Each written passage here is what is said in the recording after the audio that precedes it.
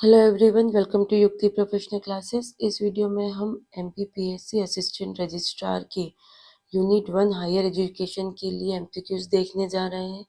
अगर आपने मेरे चैनल को सब्सक्राइब नहीं किया है तो मेरे चैनल को सब्सक्राइब शेयर एंड लाइक ज़रूर करिए। चलिए स्टार्ट करते हैं। भारत में विश्वविद्यालय शिक्षा के मानकों के समन्वय, निर्धारण और रखरखाव के लिए कौन सा निकाय जिम्मेदार है? तो ये विश्वविद्यालय अनुदान आयोग यूजीसी है। यूजीसी अधिनियम 1956 के तहत स्थापित किया गया था। यह भारत में विश्वविद्यालय को मान्यता प्रदान करता है और उन्हें फंड वितरित करता है। नेक्स्ट है, राष्ट्रीय मूल्यांकन और प्रत्याशन परिषद नेक द्वारा संस्थानों को दी जाने वाली उच्चतम ग्रेड कौन सी है? तो जो ग्रेड है A++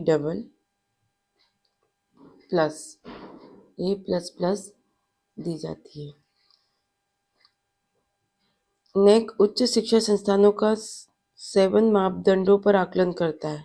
7 मापदंडों पर आकलन करता है। प्रदर्शन के आधार पर A++ उच्चतम से C निम्नतम तक ग्रेड देता है ना। तो ये टोटल 7 इसके मापदंड है, जो A++ से स्टार्ट है और लास्ट जो है निम्नतम वो C तक है।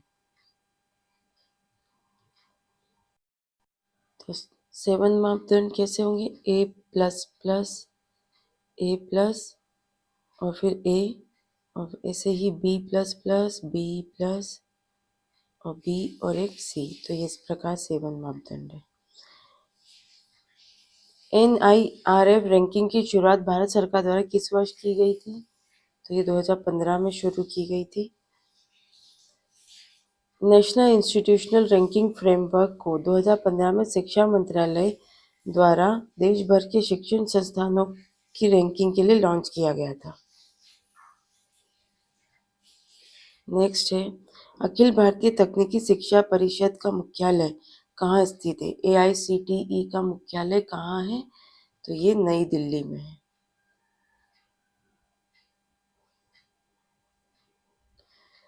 AICTE का मुख्यालय नई दिल्ली में है और इसके भोपाल सहित 7 क्षेत्रीय कार्यालय है। इसे 1987 में वैधानिक दर्जा प्राप्त हुआ है। नेक्स्ट है, नेशनल एजुकेशन पॉलिसी 2020 के अनुसार उच्च वैश्विक मानकों को प्राप्त करने के लिए किन स्थानों की स्थापना की जाएगी? तो राइट ऑप्शन है Meru, MERU, multi disciplinary education and research universities.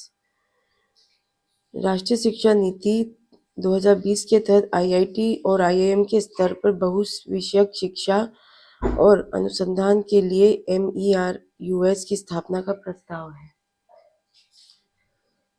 सतत विकास लक्ष्यों के संदर्भ में शिक्षा से संबंधित लक्ष्य संख्या क्या है? तो ये SDG 4 है। SDG 4 का उद्देश्य समावेशी और न्यायसंगत गुणवत्तापूर्ण शिक्षा सुनिश्चित करना और सभी के लिए आजीवन सीखने के अवसरों को बढ़ावा देना है। राष्ट्रीय उच्च स्तर शिक्षा अभियान का नया नाम क्या है? जो रूषा है इसका नाम बदल दिया गया है, तो ये PM ऊषा कर दिया गया है। केंद्र सरकार ने रूषा योजना को अब PM ऊषा प्रधानमंत्री उच्चतर शिक्षा अभियान के रूप में नया रूप दिया है और राज्य संस्थानों के वित्त पोषण पर केंद्रित है। ये भारतीय चिकित्सा पद्धति और होम्योपैथी के विनियमन के लिए कौन सा मंत्रालय जिम्मेदार है? तो ये आयुष मंत्रालय जिम्मेदार है। आयुष मंत्रालय आयुर्वेद, योग, प्राकृतिक चिकित्सा, यूनानी, सिद्ध और होम्योपैथी के विकास और विनियमन का कार्य करता है। उच्च शिक्षा में AISHE का पूर्ण रूप क्या है? तो ये all India survey on higher education. AISHE का फुल फॉर्म है all India survey on higher education. AISHE शिक्षा मंत्रालय द्वारा प्रतिवर्ष आयोजित किया जाने वाला एक सर्वेक्षण है जो भारत में उच्च शिक्षा की स्थिति का डेटा प्रदान करता है। मध्य प्रदेश में उच्च शिक्षा विभाग का प्रशासनिक प्रमुख कौन होता है? ये होता है प्रिंसिपल सेक्रेटरी। प्रमुख प्रशासनिक स्तर पर विभाग का नेतृत्व प्रमुख सचिव द्वारा किया जाता है, जबकि निदेशालय स्तर पर आयुक्त मुख्य कार्यकारी होता है। नेक्स्ट है, भारतीय चिकित्सा परिषद MCI को प्रतिस्थापित करने के लिए किस नए निकाय का गठन किया गया है? तो वो राष्ट्रीय चिकित्सा आयोग NMC है।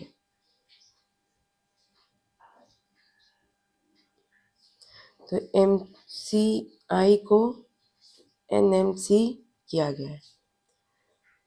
नेशनल मेडिकल कमीशन ने 25 सितंबर 2020 को MCI का स्थान लिया। इसका मुख्य कार्य चिकित्सा शिक्षा और पेशेवरों का विनियमन करना है। नेक्स्ट है, भारतीय विधिज्ञ परिषद bar council of India BCI का मुख्य कार्य क्या है? इसका मुख्य कार्य कानूनी शिक्षा के मानकों का निर्धारण और वकीलों का पंजीकरण करना। बार काउंसिल ऑफ इंडिया एक वैधानिक संस्था है जो भारत में कानूनी शिक्षा और वकालत के पेशे को नियंत्रित करती है।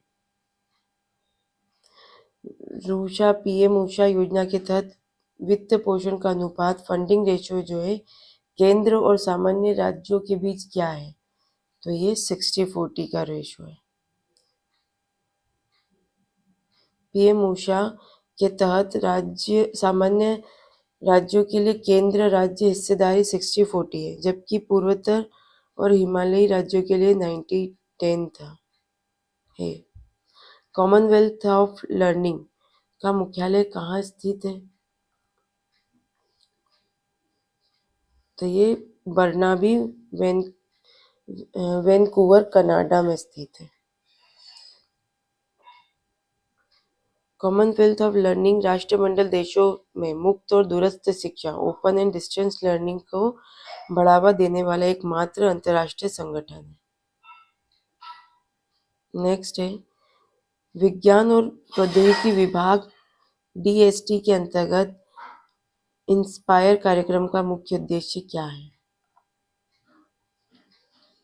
तो इसका मुख्य उद्देश्य मेधावी छात्रों को विज्ञान की ओर आकर्षित करना और करियर बनाना। DST इंस्पायर योजना प्रतिभावान युवाओं को विज्ञान के क्षेत्र में अनुसंधान के लिए छात्रवृत्ति और अवसर प्रदान करती है। भारतीय पशु चिकित्सा परिषद veterinary council of India VCI की स्थापना किस अधिनियम के तहत हुई थी? तो ये 1984 के तहत जो एक्ट था उसमें हुई थी। VCI भारतीय पशु चिकित्सा परिषद अधिनियम 1984 के तहत स्थापित एक नियामक निकाय है। विश्व बैंक भारत में उच्च शिक्षा के किस क्षेत्र में मुख्य रूप से वित्तीय सहायता प्रदान करता है? तो ये तकनीकी शिक्षा में गुणवत्ता सुधार जैसे TEQ IP ऐसे ऐसे उच्च शिक्षा के क्षेत्र में वित्त प्रदान करता है। वर्ल्ड बैंक ने भारत में तकनीकी शिक्षा की गुणवत्ता बढ़ाने के लिए technical education quality improvement programme जैसे प्रोजेक्ट को वित्त पोषित किया है। भारतीय पुनर्वास परिषद RCI का मुख्य उत्तरदायित्व क्या है? तो इसका मुख्य उत्तरदायित्व दिव्यांग व्यक्तियों की शिक्षा और पुनर्वास हेतु पेशेवरों को प्रशिक्षित करना है। Rehabilitation council of India RCI उन विशेष शिक्षकों और पुनर्वास पेशेवरों का पंजीकरण करता है जो दिव्यांगों के साथ काम करते हैं। जैव प्रौद्योगिकी विभाग DBT किस मंत्रालय के अंतर्गत कार्य करता है? तो ये विज्ञान प्रौद्योगिकी मंत्रालय के अंतर्गत।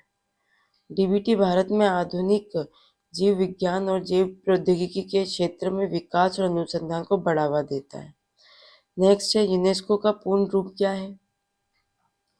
इसका फुल फॉर्म जो है United Nation educational, scientific and cultural organization. तो ऑप्शन बी इज राइट।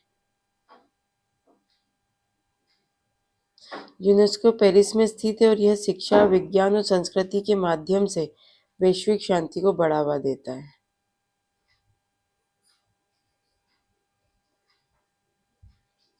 विश्वविद्यालय अनुदान आयोग को वैधानिक दर्जा कब प्राप्त हुआ है? तो यह 1956 में प्राप्त हुआ है। यूजीसी की स्थापना 1953 में हुई थी, लेकिन यूजीसी अधिनियम 1956 के तहत इसे वैधानिक दर्जा मिला है। राष्ट्रीय मूल्यांकन और प्रत्याशन परिषद नेक का मुख्यालय कहाँ स्थित है? तो ये बेंगलोर में है। नेक यूजीसी का एक स्वायत्त संस्था है जो उच्च शिक्षा संस्थानों का ग्रेडिंग करता है। भारत में राष्ट्रीय शिक्षा दिवस किसकी स्मृति में मनाया जाता है? तो यह मौलाना अबुल कलाम आजाद के इसमें।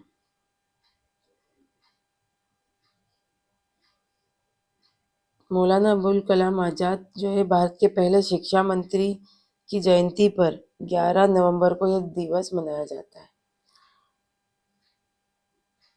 और जो डॉक्टर एस राधाकृष्णन है 5 सितंबर को टीचर्स डे, शिक्षक दिवस मनाया जाता है। तो ये ध्यान रखिएगा। नेक्स्ट है AISHE all India survey on higher education report कौन जारी करता है?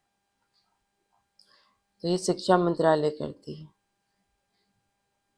यह रिपोर्ट भारत में उच्च शिक्षा के नामांकन और बुनियादी ढांचे का डेटा प्रदान करती है। तकनीकी शिक्षा के लिए नियामक निकाय AICTE की स्थापना किस वर्ष हुई थी? तो 1945 में हुई थी।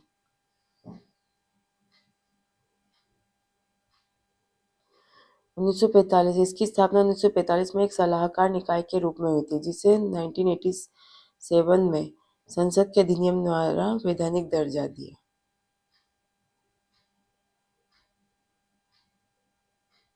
सतत विकास लक्ष्य SDG 4 का मुख्य उद्देश्य, इसका मुख्य उद्देश्य गुणवत्तापूर्ण शिक्षा।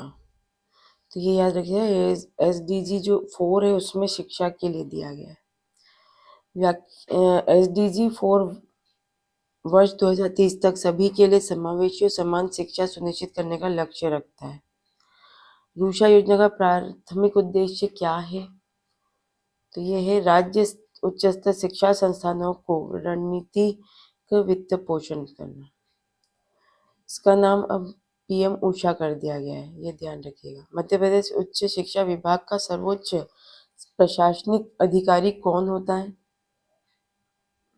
तो ये प्रिंसिपल सेक्रेटरी होता है। प्रशासनिक दृष्टि से प्रमुख सचिव विभाग का नेतृत्व करते हैं।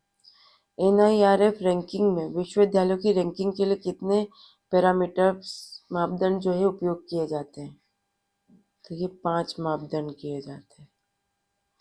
शिक्षण, अनुसंधान, स्नातक परिणाम, आउटरीच और धारणा, ये 5 पैरामीटर्स है NIRF रैंकिंग में।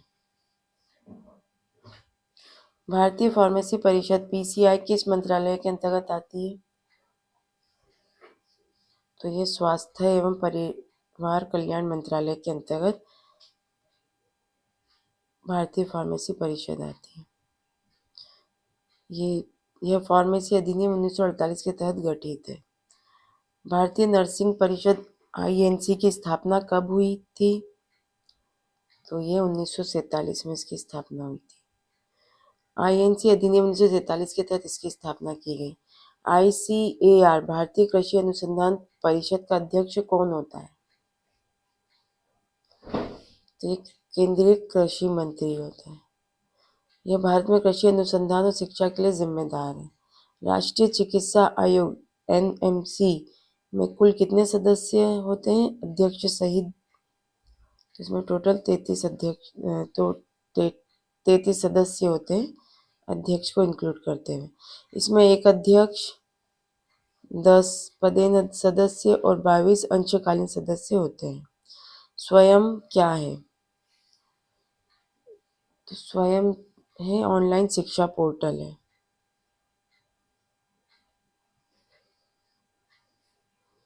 तो ऑनलाइन शिक्षा के लिए एक पोर्टल है मूक के समान। इसका उद्देश्य डिजिटल अंतराल को कम करना है। यूनेस्को का मुख्यालय कहाँ है? तो ये पेरिस में है। संयुक्त राष्ट्र शैक्षिक वैज्ञानिक और सांस्कृतिक संगठन, इसका फुल फॉर्म है। जैव प्रौद्योगिकी विभाग डीबीटी की स्थापना किस वर्ष हुई थी?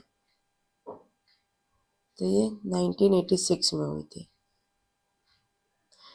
यह विज्ञान और प्रौद्योगिकी मंत्रालय के अंतर्गत आता है। भारतीय पुनर्वास परिषद आरसीआई का गठन किस उद्देश्य हेतु किया गया?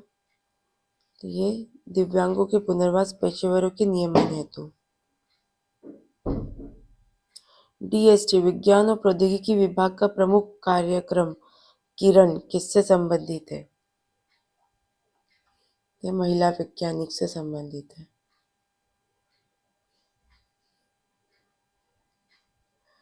यह विज्ञान के क्षेत्र में महिलाओं की भागीदारी बढ़ाने के लिए है। मध्य प्रदेश में बरकतुल्ला विश्वविद्यालय कहाँ स्थित है? तो ये भोपाल में स्थित है। इससे पहले भोपाल विश्वविद्यालय के नाम से जाना जाता था। शिक्षा मंत्रालय मिनिस्ट्री ऑफ एजुकेशन का पूरा नाम क्या था?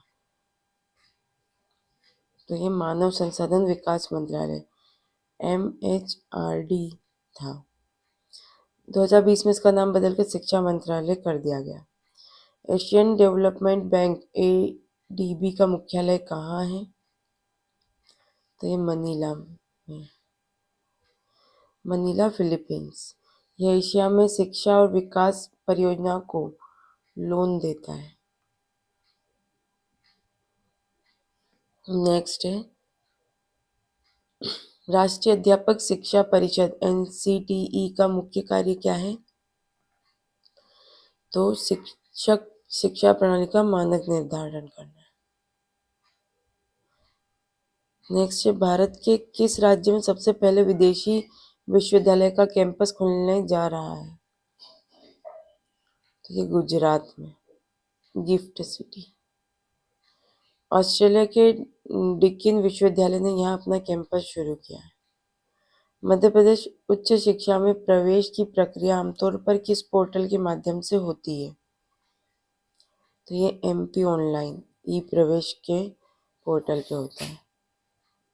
भारत में वर्चुअल लैब्स परियोजना किसके द्वारा प्रायोजित है? ये शिक्षा मंत्रालय द्वारा NMEICT के तहत होता है।